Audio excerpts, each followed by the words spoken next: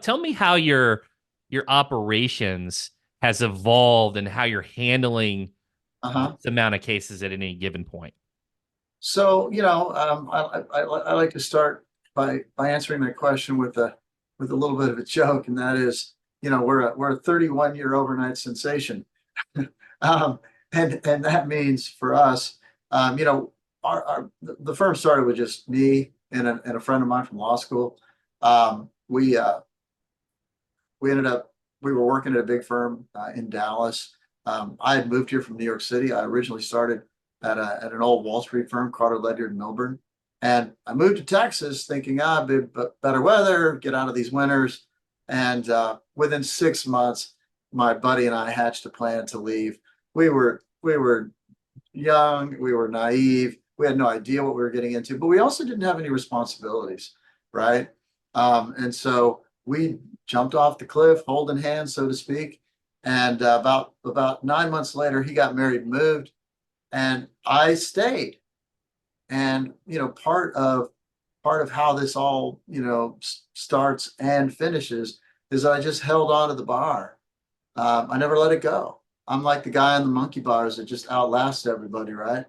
And so in those early days, it was just he and I. We ended up hiring a couple of folks, but only because we settled a case. We got a $33,333.33 fee. So it was a $100,000 settlement.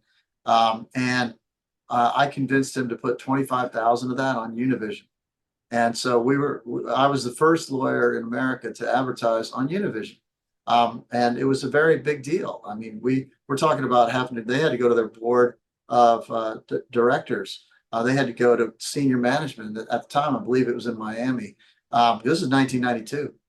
They wanted Toyota and Ford to advertise on their station. They certainly didn't want a bunch of lawyers advertising on the station, but we convinced them to do it. And all of a sudden, we started getting a lot of clients because, well, gosh, starting in the early 90s, Texas became an immigration magnet, and a lot of Spanish speakers were coming here.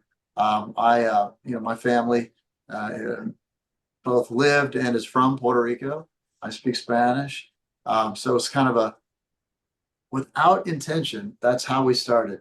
But since then, we started adding lawyers, we started adding staff, we started representing more and more people. High watermark right now, probably we're about 6,400 open matters. And that takes a small army, 265 people, or maybe even, plus or minus five, work here, most in a paraprofessional capacity. Mhm. 20 lawyers work here, and we've got a huge litigation docket. In fact, 70% of our cases are filed lawsuits. And it takes more than just me managing. We're structured like a business probably ought to be. And we're lucky enough to have, I'm the CEO and president. I have a COO, very talented executive, has had scaled two companies before he ever landed here to 500 million in revenue. So he had some real sort of management chops and growth experiences. He did that a couple times. The first one was like 150 million.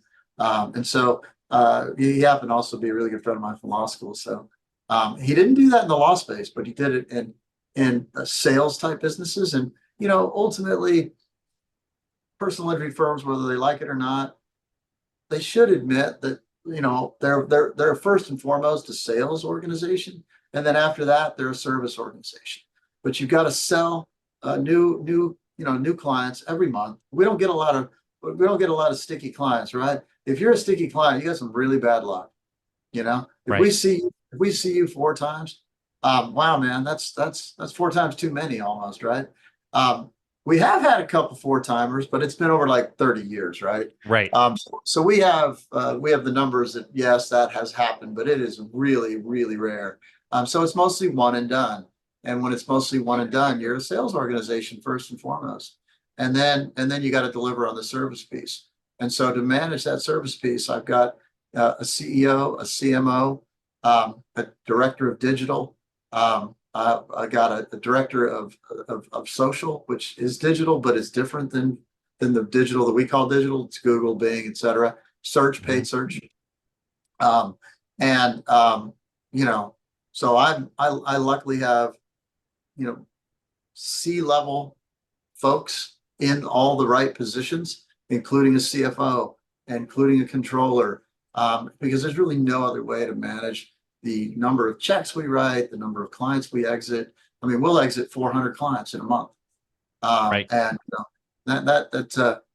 that's anywhere from, like, you get $1,200 client, or you get, 4 million bucks client, and everything in between, and those extremes are actually just a small part. We very Hmm. rarely get those big extreme fees, but we get them sometimes.